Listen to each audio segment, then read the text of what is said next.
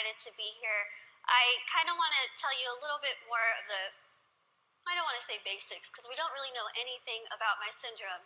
I was born with this very, very rare syndrome that only 2 other people in the world, including myself, that we know of, have. Basically, what this syndrome causes is that I cannot gain weight. Yes, it does sound as good as it is. I can eat absolutely whatever I want, whenever I want, and I won't really gain any weight. I'm going to be 25 in March, and I've never weighed over about 64 pounds my entire life.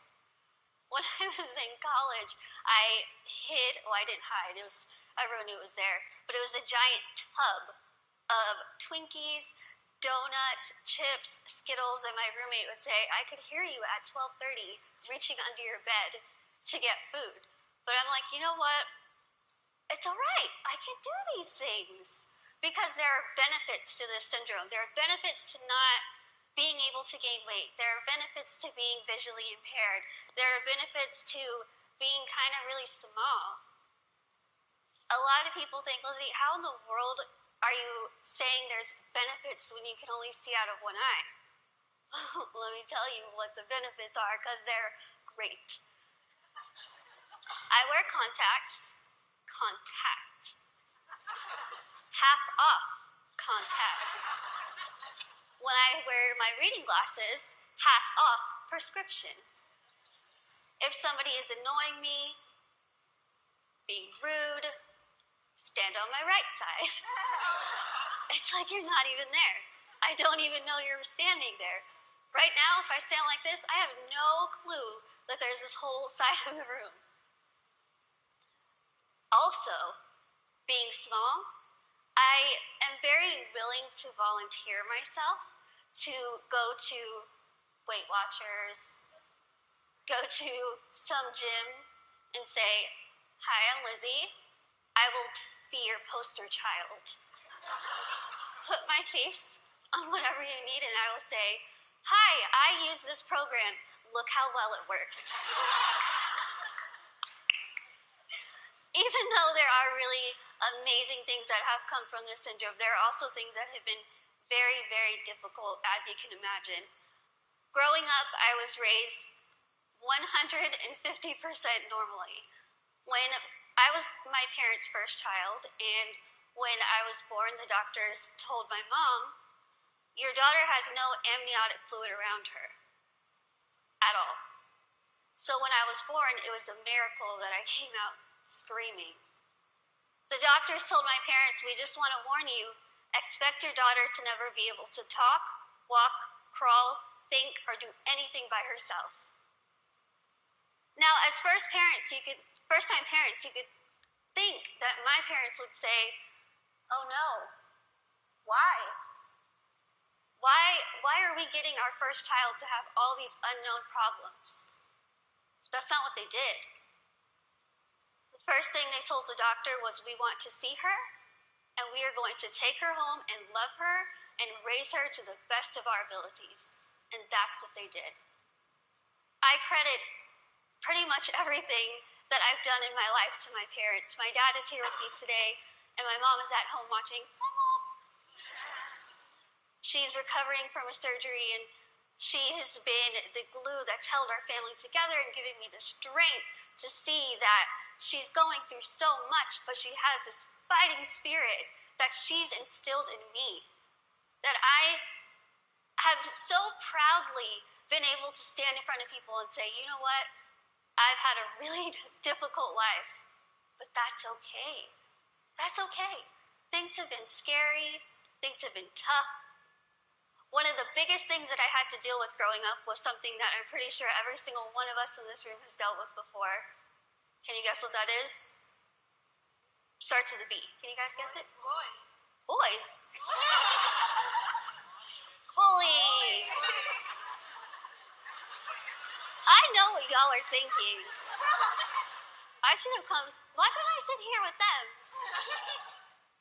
I had to deal with bullying a lot, but as I said, I was raised very normally. So when I started kindergarten, I had absolutely no idea that I looked different. No clue. I couldn't see that I looked different from other kids. I think of it kind of as a big slap of reality for a 5-year-old because I went into school first day decked out in Pocahontas gear. I was ready. I went in with my backpack that looked like a turtle shell because it was bigger than me, and I walked up to a little girl, I smiled at her. She looked up at me like I was a monster, like I was the scariest thing she'd ever seen in her life. My first reaction was, she is really rude. I am a fun kid and she's the one missing out, so I'll just go over here and play with blocks or boys. I thought the day was going to get better, and unfortunately it didn't. The day kind of got worse and worse, and a lot of people just wanted to have absolutely nothing to do with me, and I couldn't understand why. Why? What did I do? I didn't do anything to them. In my mind, I was still a really cool kid. So I had to go home and ask my parents, what's wrong with me? What did I do? Why don't they like me? And they sat me down and they said, Lizzie, the only thing that's different about you is that you're smaller than the other kids. You have this syndrome, but it's not going to define who you are. They said, go to school, pick your head up, smile, continue to be yourself, and people will see that you're just like them. And so that's what I did. I want you to think and ask yourself this in your head right now. What defines you? Who are you? Is it where you come from? Is it your background? Is it your friends? What is it? What defines who you are as a person? It's taken me a very long time to figure out what defines me. For so long, I thought what defined me was my outer appearance. I thought that my little tiny legs and my little arms and my little face was ugly. I thought it was disgusting. I hated when I would wake up in the morning and I was going to middle school and looking in the mirror, getting ready and thinking, can I just scrub this syndrome off? It would make my life so much easier if I could just scrub it off. I could look like the other kids. I wouldn't have to buy clothes that had Dora the Explorer on it.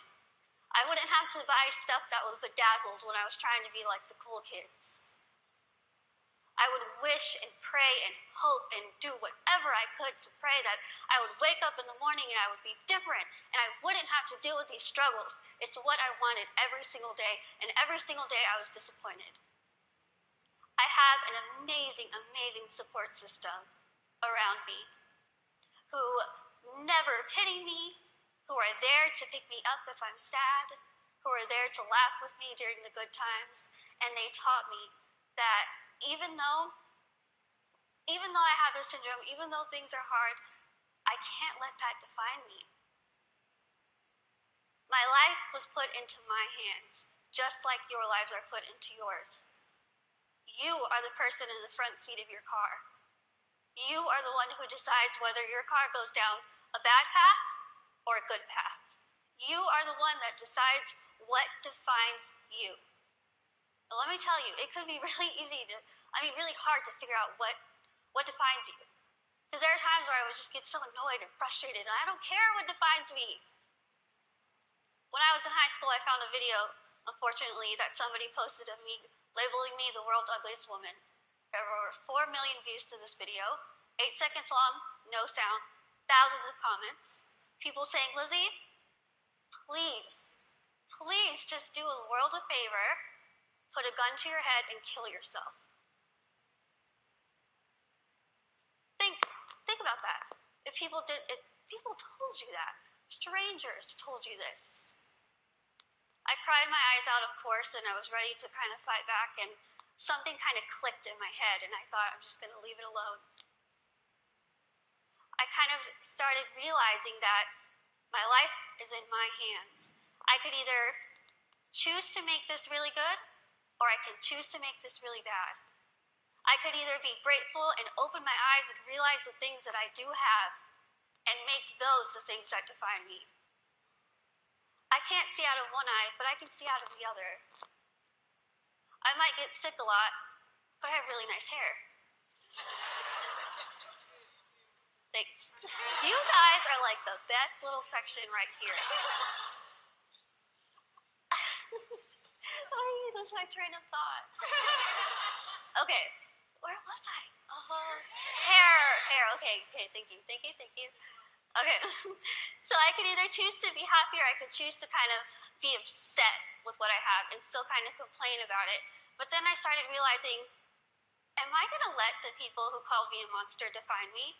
Am I going to let the people who said kill it with fire define me? No. I'm going to let my goals and my success and my accomplishments be the things that define me, not my outer appearance, not the fact that I'm visually impaired, not the fact that I have this syndrome that nobody knows what it is. So I told myself I'm going to work my butt off and do whatever I could to make myself better, because in my mind, the best way that I could get back at all those people who made fun of me, who teased me, who called me ugly, who called me a monster, was to make myself better and to show them, you know what? Tell me those negative things, I'm going to turn them around and I'm going to use them as a ladder to climb up to my goals. That's what I did. I told myself I wanted to be a motivational speaker, I want to write a book, graduate college, have my own family, my own career. 8 years later, I'm standing in front of you, still doing motivational speaking. First thing, I accomplished it. I wanted to write a book. In a couple weeks, I will be submitting the manuscript for my 3rd book.